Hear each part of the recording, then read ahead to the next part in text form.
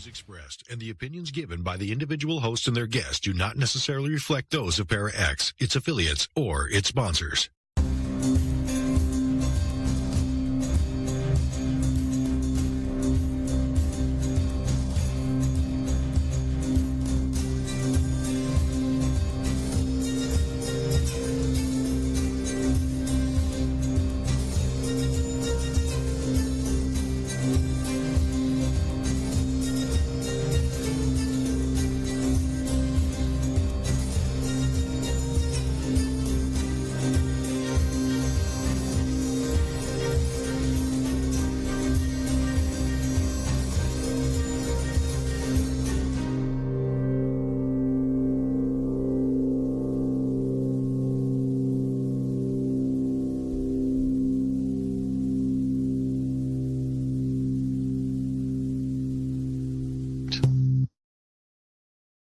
Wow. Welcome to the Shadows. Happy Monday, everyone.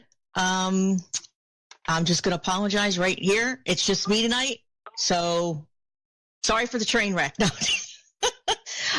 Let's get right to it. Just a little bit of housekeeping. We're out there. Find us. Facebook, Twitter. We're on Podomatic. We're even on, I found an app, Podcast Addict. We're on there. We're everywhere. You can find us. If you put the Shadows in any app looking for a podcast, we're there. Tell your friends, tell your neighbors, all that good stuff. I'm going to get right to this because I'm really interested in finding out about the book, the house, and all the hauntings with it. So I just want to, let's see. I'm going to start the list. I might be here for a while. She's a metaphysician, a psychic medium, astrologer, master level psychologist, and past life regression therapist. I think I need to make an appointment with this chick. Reiki master and a published author of 1699 Belmont Street, A Portal to Hell. I want to welcome author Kristin Lee to the Shadows. Kristin, did you stay with us? Yes, thanks for having me. Oh, gosh, anytime. I am extremely excited whenever somebody puts out a book like with the experience they've of their own haunting, because you get a first glimpse into what they really experienced. But also, you are a psychic medium, so you probably experienced twice as much as what, like, just me walking into a haunted house would. So I don't even know where to start. Let's start with about you getting the house. Okay. We were affected by 2 flash floods, and that left us homeless. And then we had help from FEMA. The whole village and the whole community had help from FEMA because our house was demolished, as well as many other family members and friends and within our community. Their homes were, pretty much everybody was homeless at that time. So FEMA came in about a month later, and they assessed our homes. And then about 2 months later, they awarded us money to rebuild our lives and to gain self-sufficiency. So when I knew that that was approaching, I started to look for homes, and I knew that it wasn't going to be a significant amount, but it would be enough to put a down payment on a home. So realistically, I knew that we weren't going to have a lot, so I needed to find something that was going to be in a budget. So after many, many different kinds of budgets, nothing ever worked. So I went to the foreclosed list of my county, which I'm in, and I found an address that said 1699 Belmont Street. And looking at the pictures of the foreclosed home, it was beautiful. It was an old colonial home, and it had gables in the windows, and it had 4 bedrooms and 2 bathrooms, and natural wood, original wood, and a yard that was the size of a football field, so the kids and our family dog Bella could, play and have a good childhood. So I called the realtor that was in charge of that foreclosed home as soon as I saw it, and she had told me, well, meet me at 7 o'clock tonight so you can go through the house. So we met her at 7 o'clock that night, and we went through the house, and it was beautiful. My goodness gracious, the hardwood floors, the jigsaw fireplaces. There's a fireplace in almost every room that was original. And she didn't have a lot of information on the house. I do remember asking her when the house was built, and she said she wasn't sure. but they had wrote down 1900s because there were some fires in the courthouse in St. Clairsville, Ohio, and all of those records prior to 1900 were gone forever. So, that didn't mean anything to me. I was like, okay, 1900, so there's probably going to be some repairs. But it seemed like a very sturdy home, and that's what we were looking for. We were looking for, that place where we could call home again. So we parted, and, about 7:45, I signed a promissory note on the fireplace in the living room, and I gave her a bid on what I wanted to bid on the house, and I went about my way, and I didn't think that, it would happen overnight, but it really did. She called me the next day at work, and she said, the bank accepted your bid, and when would you like to move in? And it really happened that fast. It happened literally overnight, and I think everybody knows that when they buy a home, it doesn't happen that fast. Mm-hmm. So July 4th weekend, we had moved in, and we were so excited. It was our home, and it was my first home ever because I had always been a renter. And we started to figure out where we were going to put the beds, where we were going to put, this and that, and how we were going to decorate and what we needed to change. And so we started to do some construction on the home, and that's when some really odd things happened. And, here we are almost 12 years into this since we went there and we bought the home. And a major question that everybody says to me is, well, if you're so psychic, why didn't you know that your house was haunted? And, the best answer that I have for that is this. When you're homeless and you've spent, 3-4 months displaced, sometimes sleeping in our car, sometimes sleeping in hotel rooms or FEMA campers, you really don't pay attention to that psychic ability. You just kind of get in that survival mode and you make things happen. You don't listen to spirit. You don't follow spirit. You push things to happen. And that's exactly what I did. And, looking back, had I listened to myself and had I been patient, we probably wouldn't have ended up at the Blair house. We probably would have been somewhere else, and you and I probably wouldn't be talking right now. But like I said, I wanted the kids to have their own rooms. I wanted a refrigerator where we didn't have to worry about eating out all the time or sharing a refrigerator with people and writing our names on food. That's just silly to have to do something like that. So when we moved in, we had to fix a great big hole in the dining room because there was a water leak. And I believe that that's when a lot of the odd things happen. And I would come home and people would just be at each other's throats. My family members would be fighting, and it didn't make any sense to me. But at the time, I just blamed it on, listen, we've gone through this, we've gone through that. Everybody's frustrated.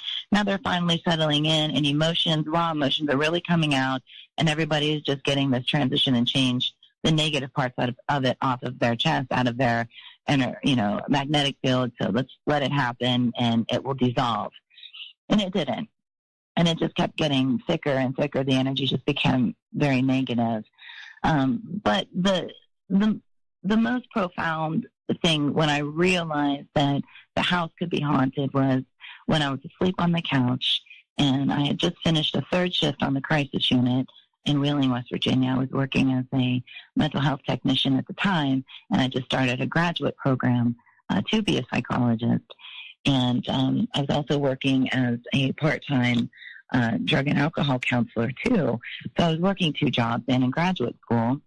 So when I came home, everyone was asleep, and I lay down on the couch. And because we were still so used to always sleeping together, it was just a different change of behavior for us, really. And I felt the cushion go down on the couch, and I woke up, and when I opened up my eyes, there was a full apparition of a man sitting there looking at me, and he startled me to the point where I screamed, "Who are you? What do you want?" And when I screamed, he got up, and he walked into the foyer, and he vanished. And Bella, our dog, had been barking viciously and going around in circles and clawing at the wooden floor, and everybody else was asleep. So at that point in time, I thought, well, maybe I'm just delusional. Maybe I'm seeing things. Maybe I'm overworked. Maybe, this is just my psyche playing tricks on me. but it clearly wasn't. And I realized that many, many years later, when I was talking to some of the paranormal investigators in the field, and I was describing this to them, every detail that I could remember, and it finally hit me years later that was truly real, that truly did happen, because the cushion went down. And that always messed with my mind for a while, because I thought that ghost spirits energy was weightless, and how could a cushion on a couch go down and then lift up when this entity walked away? So for the longest time, I wasn't sure if that really happened. But then after speaking to so many people, parapsychologists, and like from the UK that actually have a degree, because here in the States, we don't have a degree of parapsychology. And also, people that have been doing this for such a long time, 30, 40 years, they told me definitively that spirit does have weight, and spirit can make things go up and down. And that makes sense, because there were times where things were thrown across the room, like a tambourine was thrown across the room, and that didn't make any sense to me. So that's one of the most profound things. But little by little, it just everybody's affect and disposition, and it just changed. Everything changed in that house. It's when we were in that house, it was like we were battling each other, like something was trying to turn us against each other. But then when we would leave, the sun would come out, the birds would sing. We would be singing songs on the, AM, FM radio, while we would be going to like Cracker Barrel or something like that.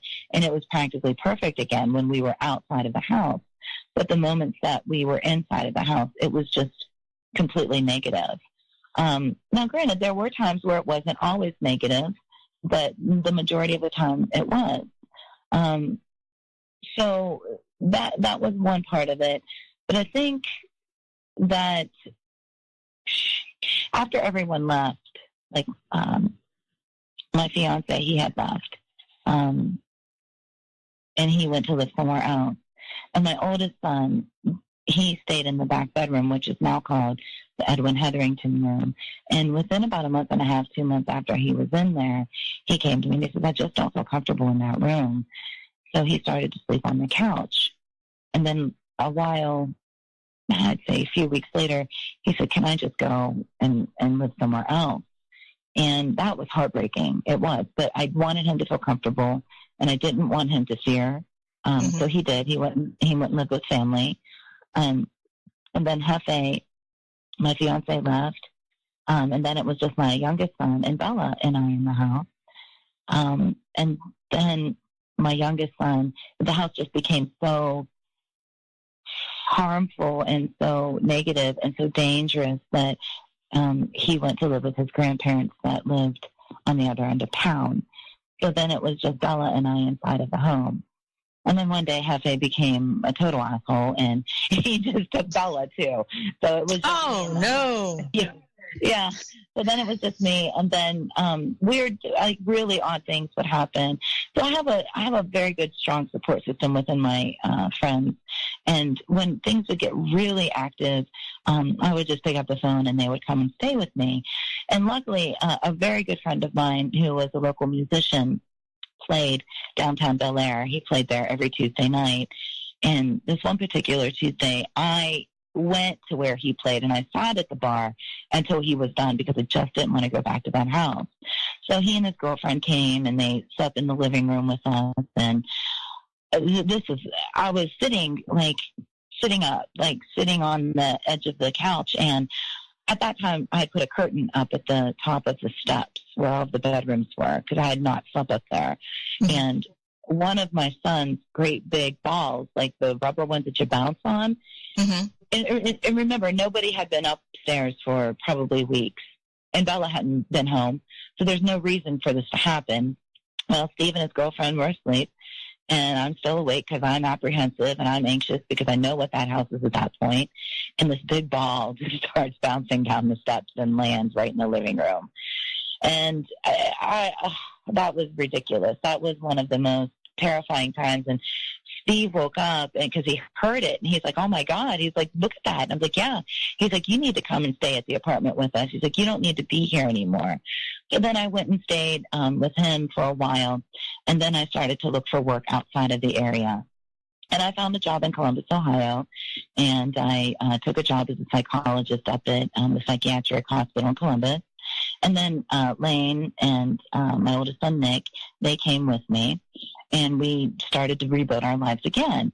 So it was difficult carrying on a mortgage with that house and also paying rent. So I decided to rent the house out, and renters would come and renters would go. Renters would say, your house is haunted. Why did you put us in here? You knew this, but when you, and I did, and I own up to that, but I still wasn't 100% sure. I thought part of me, like a slither of me, really thought that I was delusional, thought I was losing it. And I couldn't go to my peers at work who were all in the mental health profession and all mental health practitioners, because they would have locked me up. I had nowhere to go. I had no one to turn to except for like my one musician friend who totally believed everything that I said, and I could trust him. Right. So we weren't able to stay in Columbus long, and I had to resign from my position because the renters left. And here I was again trying to struggle, making the payments and keeping up with rent. So we did leave Columbus, and we came back home, and we stayed in the house again. And then my youngest son went back to his grandparents because the activity had just been at its peak. And that's when I decided that, if I was going to stay there, it couldn't just be us. So I had a lot of friends come in because the house is very big, and a lot of friends basically just took shifts. A couple would come in for a few months and they would stay, and then finally, by the grace of all the gods, a great friend of mine from Florida who was a bouncer for a metal band. He said, listen, I'm in a bind and I need a place to live. And I said, that's perfect because I have a beautiful haunted home. And you're like 6'4" and 200 pounds, and this is going to be great. So he came, and things started to kind of neutralize. And I felt more protected while he was there, which really made me think that I was losing it. So then he started to have experiences, like very profound experiences that were completely unexplainable, which if you stripped it all down, there was no explanation other than the supernatural. So finally he and I said, listen, let's just, let's leave. And we tried to leave, but then we couldn't find a place to live. So then this great big hailstorm came into town, and it demolished everybody's homes again, except ours. It's like, are you kidding me? We can't even get out of here if we want to. So he decided to go out with his girlfriend one night, and a couple of other friends went out. I said, you know what, I'm just going to stay home. I felt comfortable enough staying home, and at that time we were sleeping upstairs. And I was outside for a while playing some music, and I came back in the house, and I went to bed. But before I went to bed, I went to the bathroom that's right beside the bedroom, and I, got a drink of water, and I securely shut that bedroom door. And Bella had been home, too. Bella had came back home. So I felt good about Bella being there. So she and I laid on the bed, and we were asleep, and then the door flung open, and that's what woke us up. And I was saying, Proctor, are you here? Snow, are you here? Summer, are you here? No one was there. No one was in the house. And then I saw this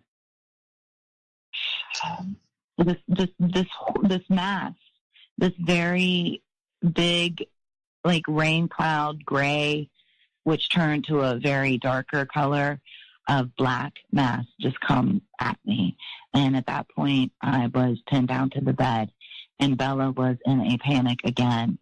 And I couldn't move, and all I could do was move my eyes back and forth. My hands were behind my head. I could not move. It was paralysis. It was terrifying. I don't have good words to explain it. I just don't wish that on anyone. And I started to immediately pray to get out of that situation. I thought I was going to die. I thought that was it. They were going to find me dead. I was never going to be able to see my kids again. All of these things were going through my head, and Bella was just viciously barking, jumping on me, jumping on my face, and just like I could smell her breath. I could taste her saliva. You know what I mean? Because at one point my mouth was open, and all of her like saliva came into my mouth. It was just ridiculously terrifying. And then I started to call in my head upon St. Miguel, St. Michael, our archangel. And at that point, my hand was released. My left hand was released. And Bella had been thrown up against the wall. She had just had picked her up off of me and just slammed her up against the wall. And the noise that she made, the yelp, the fear, the whimpering when she finally hit the floor, and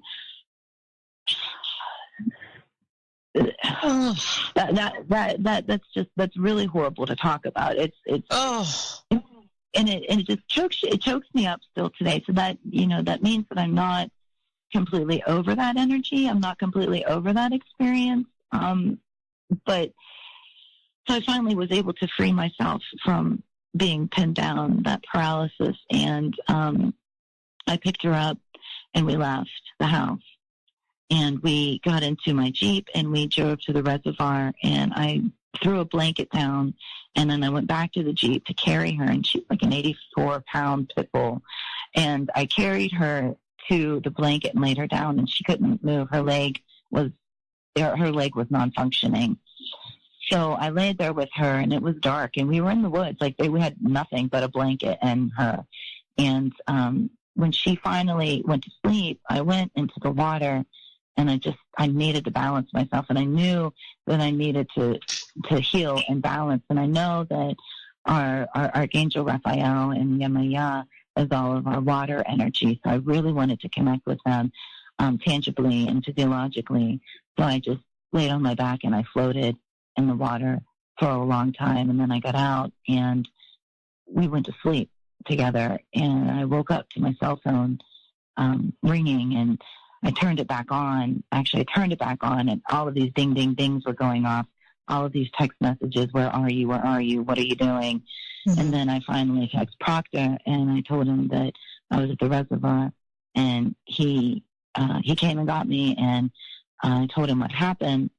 So we took Bella to be checked at the veterinarian, and she hadn't broken anything, but she had definitely sprained her leg. And then we went to a hotel, and then he asked me what I wanted to do, and I said, I can't live there anymore. And he said, well, what do you want to do? And I said, we have to find a place to live. So we went back home, and I prayed so hard, and I petitioned that we could get out of that house, and I pleaded to leave that house. 2 days later, somebody knocked at my door, and his name was Ace, and he was the manager of a construction company. And he asked me if he could rent the house. And he said he had a crew of 10 construction workers that were roofers, and they needed a large place to stay because they were working in that community, in that area. And I asked him, when do you want me to leave? And he said, in 3 days. So we had to pack up this humongous colonial home in 3 days. And I also had to find a place to live. So in the right timing at this point in time, I did find a small, very small, like 800 square foot townhouse a few towns away.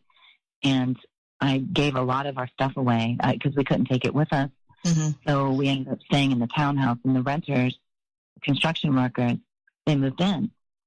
Well, then they decided to leave 3 months later, and I didn't know that. They sublet, had no idea that they did that. So I was driving through the neighborhood, and I saw the cutest little puppy on the porch. And I just wanted to really see what was going on, how the renters were doing, and I wanted to play with the puppy, to be honest with you. And that's when I found out that there were sub-renters, and this little girl, probably, I'd say 20, maybe 21, if that.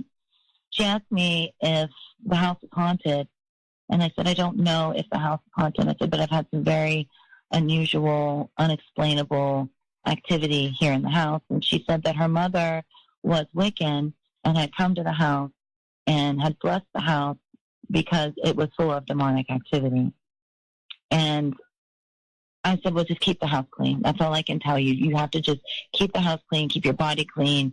Don't drink, don't do drugs, don't smoke, don't do any of those things inside of the house. And just try to keep it at peace as much as you can. Well, a few weeks later, I went back to check on her, and the house was completely empty. It was just gone. Everything was gone.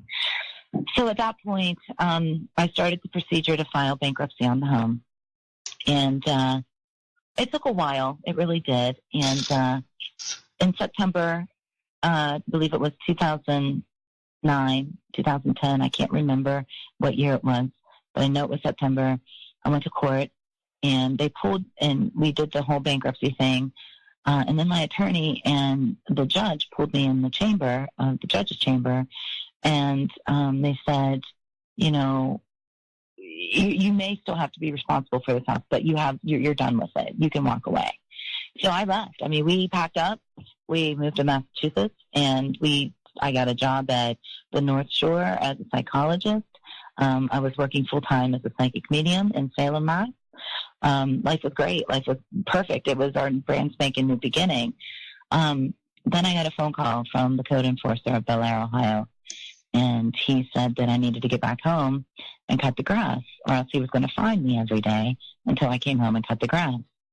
So I told him, you know, I said, I don't own the house anymore. And he says, you do? I said, no, I filed bankruptcy. I filed in the Eastern Division Court. You know this. You're like the code enforcer. You know this. He says, you own your home. If you don't believe me, call your attorney and ask him. So I called him. And he said, yeah, you know, you file bankruptcy, you're not responsible for the house, but your village has a certain code that, you know, you have to maintain the property because nobody wants your house. The bank doesn't want it. Belmont County auditor doesn't want it. Mortgage company doesn't want it. Nobody wants it. So you're responsible for it, and you still own your house. I said, but I filed bankruptcy. And he said, well, yeah, you did. And, you know, you're not responsible for, like, the payments, but you're responsible for the house. So I had to come all the way back home, and here I'm stuck with this damn house again. And we had to move home. I mean, I had to come back home. I had to leave everything in Boston, you know, in Salem and Massachusetts. I had to leave everything there. And here I came home with, you know, a couple bags, and here we are again. We're starting over again. So it had been up and down and up and down and up and down. I mean, we were like nomads. We were like gypsies. All we could do was move around, you know. Mm-hmm. So finally, we luckily got, you know, another townhouse because I wasn't living in that house. Right. So I got off the plane in Pittsburgh, Pennsylvania, and I came back to the Ohio Valley. And I went and lay down at my mom's house for a while, and my phone rang. And it was a text message from my former boss, and she said, hey, are you looking for any work? I just lost a therapist. We need you to come back. And by the grace of God, I was like, absolutely, yes, because I had nothing when I came back. I had no job. I had no way to live, nothing. So finally, I called the code enforcement, and I said, listen, I'm in town. So if you want this house, I'm coming down to give you the house. You can have the house. You can take it. I don't want it. Right. And he said, well, I will meet you. So I went to Bel Air, and when I went into the municipal building, it was like I was this, I don't know, it was like I was a celebrity or something. It was so strange. You know, it was very odd because, like, the water department stopped what they were doing to go find Jim Chase, the code enforcer, because he wasn't in his office. And they're like, well, he's over at Rega's restaurant having lunch right now. We'll be right back. And, like, they darted out of that municipal building to go get him. And he came back in, and he was like, so let's go to the house. And I was like, okay, but let's take people with us because I'm not going in there by myself. And I don't feel comfortable going in there with you because you're trying to put the hurts to me by fining me $800 a day until I pay you to cut the grass. So it's like, I don't like you and I don't trust you. And we need some other people to go with us. And so he said that he was going to call his cousin and his cousin would take the house off my hands, and that was great. I was just like, okay, so I like you now. This is great. If you're going to remove this house from my presence, then, you know, I'll go buy you a steak dinner, but we're not, until this, you know, everything's signed on the dotted line, I still don't like you. So then Jim Johnston came, who was his cousin, and he is an old retired Marine, and he pulled me aside in the back of the house, and he said, look, he said, I don't want your house. It's like, but I want you to build revenue for the village of Bel Air. He says, you wrote a book. And I said, but yeah, I wrote a book as a heads up for the next homeowners when I filed bankruptcy. I didn't think that the book would go like viral and people would buy it and we would be on TV. Those were not my intentions. I just wanted to move forward. And I really wrote that book for the next homeowners of the house so they would have resources. And if anything odd happened, they would have a heads up. And he said, and you've been on TV, so help us build revenue for the house. And he said, and I will repair everything, because when we went to the house, it had been just demolished. People had stole copper wiring, copper pipes. They ripped out the cords.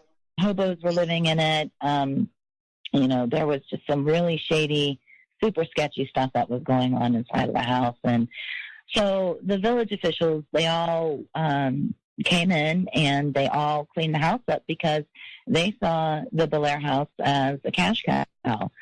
And Jim Johnston ended up LLCing and trademarking my name, my face, my dog, the house, a couple different ways, my story, my book. So that man ended up owning me for a very long time. And, you know, like when like any woman or any female that wants to go get highlights in their hair or, you know, have something different to their external appearance, I wasn't allowed to do that for 3 years, you know, and that really made me angry because here I was trademarked by somebody that owned me. That was so not cool. So anyway, wow. He ended up hiring people to run tours because we didn't know that you could run investigations out of houses like how we do now. We didn't know that. We just didn't know. And he wasn't in the paranormal and I wasn't in paranormal. You know, it was just, we weren't paranormal people. So we were running tours and the activity became at its peak.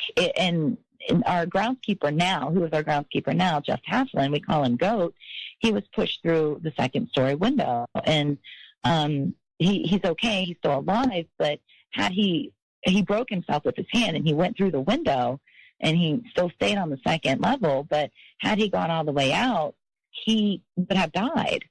So, and that's when I told Jim Johnston, I said, listen, you got to pull the plug here. You have no choice. Somebody's going to get hurt. Somebody's going to die. This isn't a fun house where you all think it's a fun house where Jason Voorhees is coming out of the basement with a chainsaw. It's not like that. It's way more intense than that. There's something that is inhuman. There's elemental. There's so many different spirits here. There's something that's going on here that is above all of our knowledge right now. And finally, he pulled the plug. So that was good. And he's one of my best friends still today. We talk to each other probably maybe once a month or something. But then he said, well, I've invested all this money in the house, so I'm going to go ahead and rent it out. And I said, that's fine. Do what you need to do, but I don't want any part of it. So he rented it out. Renters wouldn't stay.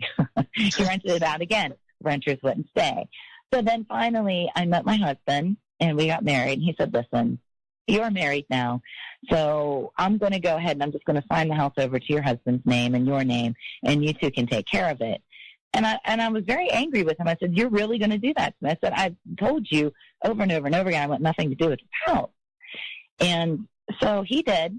And finally, we had to move back in because we fell on hard times. And it really, I don't believe that it was us that fell on hard times. I believe that the house wanted us there so the house could divide us again and finally take us down. Because when OBPRI came in, before I filed bankruptcy, I wanted to see what was inside of that house. I wanted closure. I wanted to see what was going on. And Mike McAllister and Amanda McAllister from Portsmouth, Ohio, which is like 4 hours from here. That's the closest paranormal team to us. And what's weird is because the state penitentiary, the West Virginia prison, is just down the road.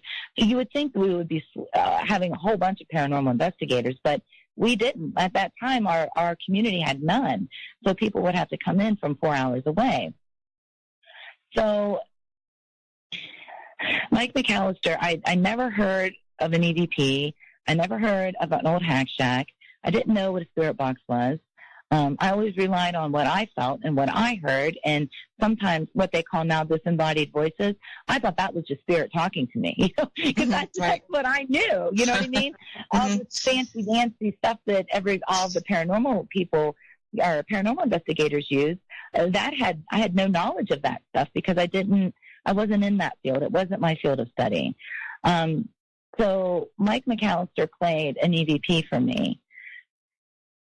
And I never, ever, ever, ever will forget this day. I remember it, and it will never fade away. He said, "What do you want with Kristin?" And it said, "I'm going to kill her." And at that point, I was, that's what really triggered me and scared me and made me definitively believe that if I were to stay in that home and if I were to live in that home, whatever was in there at that time was going to take my life. And it would divide everybody that I loved and loved me while we lived there until I was there all by myself again. And then I reflected back on that paralysis, and I reflected back on Bella being lunged up against that wall. And I knew definitively that was 100% real. There was no way to explain any of that other than it was supernatural and other than it was inhuman. So that I could talk to you for years about this. I mean, because like I said, we've got about 12 years worth of very profound data. But at that time, back then, 2005, 6, 7, 8, 9, I clearly was a victim because I didn't know, and I was fearful of it, and that fear feeds activity, and I know that now. Yeah. But fortunately, I've been trained by so many wonderful people in our paranormal community, and I've learned so many things. I still don't go in the house by myself. I won't. There's always someone with me because I still have that in the back of my head. I shouldn't go there by myself because the Blair House is kind of like a divide for me. There are very loving, caring, protective, nurturing spirits, entities in that home. But on the other side of that, there are very hardcore, darker, I hate to use the word dark and light. I always use positive and negative because I believe if we use words like dark and light, that's kind of racist. I don't like to do that. Right. So there's a lot more negative, inhuman, just yucky spirits there. That's a good word, yucky spirits. I like that. Yeah, it's just really, really bad ones that do cause people physiological harm, that do cause people physiological pain. Oh boy. There's just so much that's in that house. And the ley line, it's almost like it's a paranormal playground there because we never really know what we're walking into. Now, granted, there are the house spirits, the people that own the land, and because the Blair House has so much history to it, my goodness. It was part of the French and Indian War. It was part of the Underground Railroad. It was part of the Hetherington family. And let me tell you, the Hetherington family was a very prominent family, a very well-to-do, ritzy-ditzy family, and that had a lot of hidden secrets. They had servants. They had people in their homes with mental illness. And the father of the 2 children that lived in the Blair House was actually locked up in a lunatic asylum. And we found out in the gossip sections of the old-fashioned newspapers that he would just be wandering on the railroad tracks of Bel Air trying to figure out who he was. Mm-hmm. And he would go all the way to Weirton, West Virginia, which is probably a driving time. I would say it was 45 minutes from the Blair House, but he would walk those tracks to get there. And then if we correlate all of the death certificates of the people, the Hetheringtons that lived in their house, and not by any way am I trying to exploit the Hetheringtons, because trust me, people who have tried to take the Blair House from us have tried to exploit our family. So I'm very, very protective of the Hetherington family and their stories. And there's a lot of information that I don't disclose because I respect them spiritually. So when you hear me pause, it's just like you better be careful because you'd be exploiting them, and I don't do that stuff. Right. But if you look at some of the death records and stuff like that of the certain family members that were tied into the Bel Air house, all of them have one common denominator, and it's epilepsy. But if we go back to the late 1800s, going into the early 1900s, when mental health was at its peak, and Catholicism was saying, hey, this isn't epilepsy, this is demonic, this is possession. Every one of them had it. But as a practitioner of the mental health profession, we would look at that today as, well, that's just a physiological part of epilepsy, right? We would think that. But it's not. It's truly real. Those possessions are very, very real. And for me, having all of this knowledge and education under my belt and not being able to believe that, it totally made me leave the field of counseling psychology. I don't even practice that anymore. I just don't, because I can't believe it, and I cannot be passionate and help people if I don't believe what I'm trying to execute or implement to them for therapeutic measures. It's really changed my life. I mean, it's even changed my diet. The Bel Air house has a lot of triggers. Like if we look at walking in there and going to the Outback and eating a piece of, beef. I always like my steak medium. Well, we can't eat meat when we go in the Bel Air house because it's a trigger. It has that hint of blood on it. And that hint of blood can trigger demonic activity. It can trigger inhuman activity. And I have seen this time and time and time again. I don't even drink any wine or anything before going to the Bel Air house. So now that I have to go there all of the time, at least, twice a month, I have to go there because I do have staff that helps and volunteers that help. I'm able to go and have a glass of wine and, like a medium well piece of beef and not have to worry about going in there and having like my energy source just completely depleted. But like you said in the very beginning, for me, it is like to the power of 10 walking in there because I am so sensitive to it. But I've also had to learn ways of protection and not making a great big beautiful bubble like Glenda on the Wizard of Oz. That doesn't work. And not like going and putting sage all throughout the house because that's like shooting an elephant in the ass with a BB gun in the Bel Air house. It is not effective. I'm talking about old world, hardcore, Bulgarian ways of protecting yourself, and that's changing your diet, not smoking, not drinking before going there, not like smoking cigarettes. But when I'm there at the Bel Air house, I can smoke 3 packs of cigarettes because that's how nervous I get sometimes. So it's difficult. It's very difficult there. And then, popping 4 or 5 Motrin an hour prior to going there, because for me, and I'm not trying to. See, this is what I don't like talking about the Bel Air house, because then when I say somebody will hear it and then it will be considered suggestion. And I don't want people to think, I'm going to go to the Bel Air house and I'm going to have a splitting headache and I'm going to have the funhouse effect and then I'm going to want to curl up in a ball and go to sleep. Because that's what happens to me there. And it happens to a lot of other people there too. But saying these things like that, and talking to you and other people about the experiences in the Bel Air house, see, then that just opens up that whole other can of worms of suggestion. So is that data real? Can we really utilize that data, or did somebody really believe that was going to happen, so they made it happen? Because I'm a big stickler on that, too, when it comes to investigation and research. Does that make sense? I totally agree with you. However, I believe that you have a connection with that house more than I would walking in there. I mean, I can hear what you're telling me and go with that and say, okay, well, this is how she's affected by it. But I'm going to walk in there and I'm just going to see what happens because, and kind of take it out of my mind, because you have such a connection with that place. Mm-hmm. I wouldn't expect anything different, like for you to walk in there and be so overtaken by it. I mean, you've been there, what you said, like 12 years. And yeah. And it seems like, when you're telling the story, it also seems like to me it was like you were put in this place for a reason. It might not have been a great reason at the time, but it has made you grow into the person you are. And it seems like that you were just put there to change things or change the way. I can't put it into words, but I mean it just seems like you were put there for a reason. I know, and I know that EVP where it says he wants to kill you. It just blew me away. I was just like, I would have been like running for the hills. Oh, I did. I literally did. I live on a hill now. I do. I live on like way above Bel Air. It's seriously, it's on top of the hill. I totally did. Yeah. you know, but then, okay, so let's fast forward to 2017.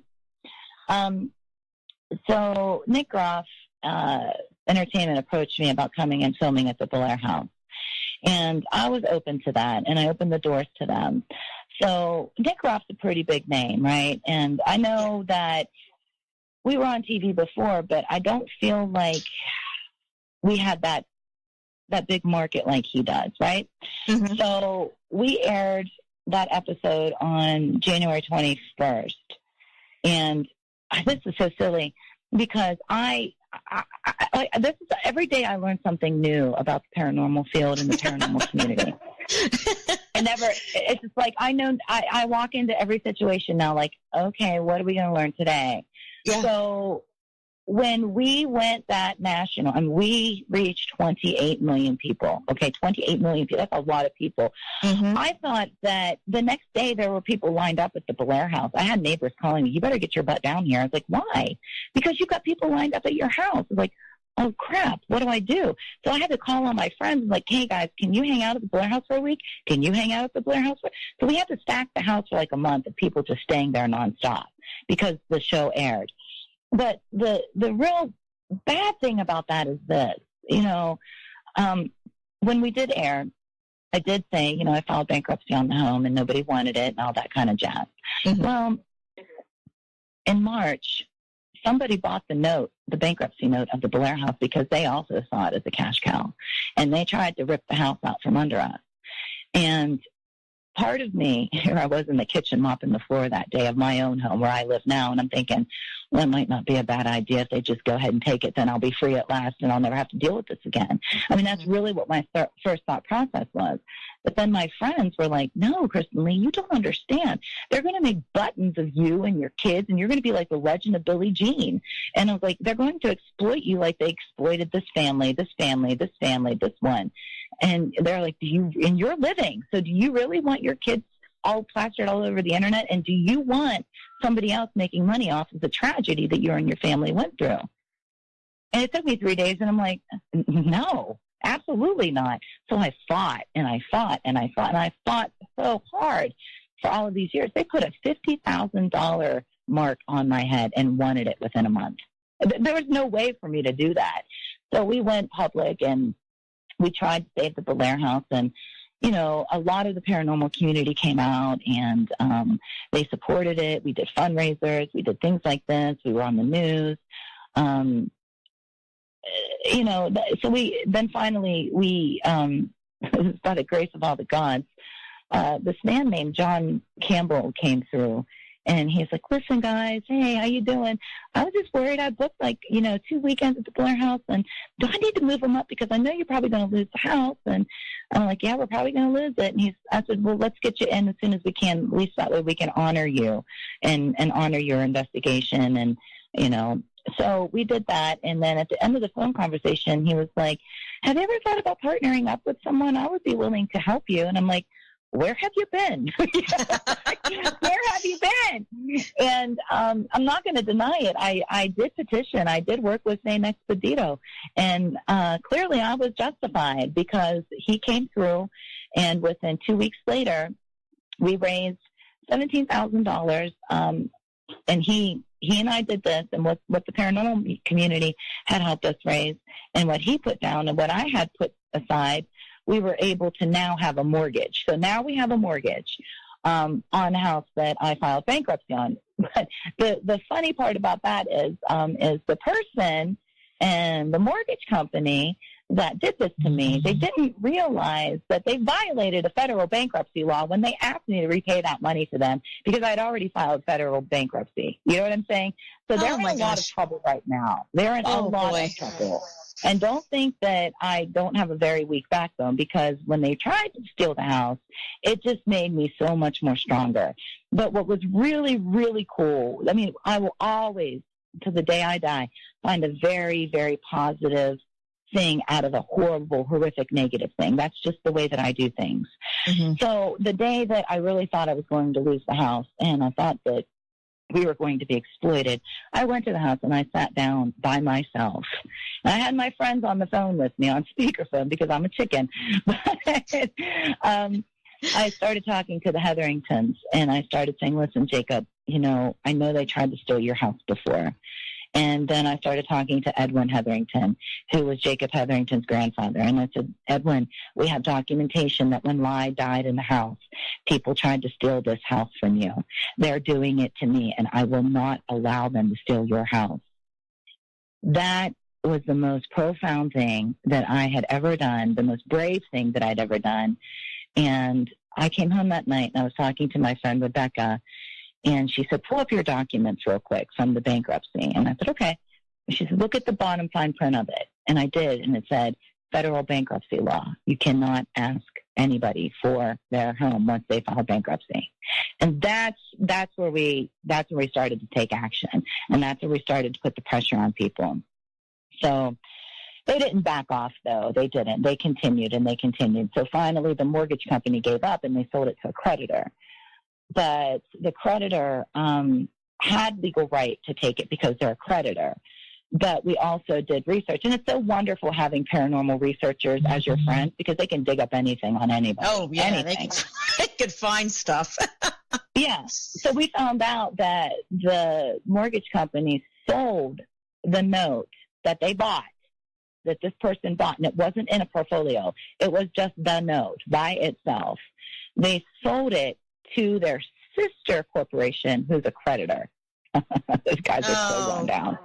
You have no idea how much they're going to go down. I mean, so we're going to have to, of course, we're going to have some things that are going to come up that I can't talk about, but we've got another chapter to all of this that's up and coming that I'm very, very positive that will have a very positive outcome. So, and people know not to push me around anymore, so that was all good. But I told the Hetheringtons that day, I said, listen, if things go the way that they shouldn't, and they do get the house, I don't want them making you puppets. I don't want you to be circus monkeys. I don't want people coming in here and just raping everything that you have and all of your history and all of your communication and all the wonderful things that we have inside of this house to prove that there is life after death. Because the Blair House is also that too.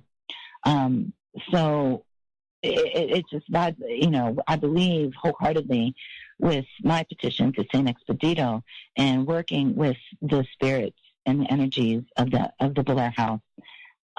They just led us to what we needed to see, just like they led me to the house, just like they brought me back to the house. And then I remember in 2014, 15, when there were renters there, the gas and oil companies came here to our area, and it's a very big thing right now with gas and oil. They're all drilling in that Marcella shell or cell or whatever it's called. Mm-hmm. And behind the house is the Shawnee Caves where they're buried and where they practice their ceremonies. And it's also part of the Iroquois. So these gas and oil people wanted to come and dig up that land behind my house. And I had to put my foot down and say, this is native land. You cannot do this here. This is against everything. This is sacred land. You can't do this. So I had to fight with them. I mean, it's been fight after fight after fight. You know what I mean? With trying to preserve this home, trying to keep these spirits safe because it's where they dwell. They don't want to cross over. That's their home. And whatever dimension that they're on, whatever attachments that they have, they truly feel like I'm their visitor. They truly feel like I'm their guest. But the Hetheringtons came through a ghost box one night and said that I was their family. So, and that they want me to take the house. And they even said that when Stephen Huff came on his Wonderbox that the house was mine and they weren't going to let anyone take it. So it's so profound. These things are just so very profound that happen all the time. It's just every month there's something new that comes up. Research, history, or data that's collected by so many different teams that come in. And it just all makes all the pieces of the puzzle together.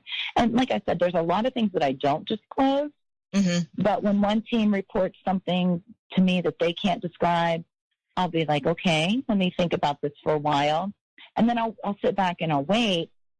And then another team, maybe months later, 6 months later, 9 months later, they'll come back and they'll report very similar things. And then I know that, wow, he's still there. That guy's still there. Yeah. But I don't ever disclose it, because that would just, like I said, I'm not big on suggestion at all. Well, yeah, I hate to cut you short, but we are out of time. We are totally out of time. Boy.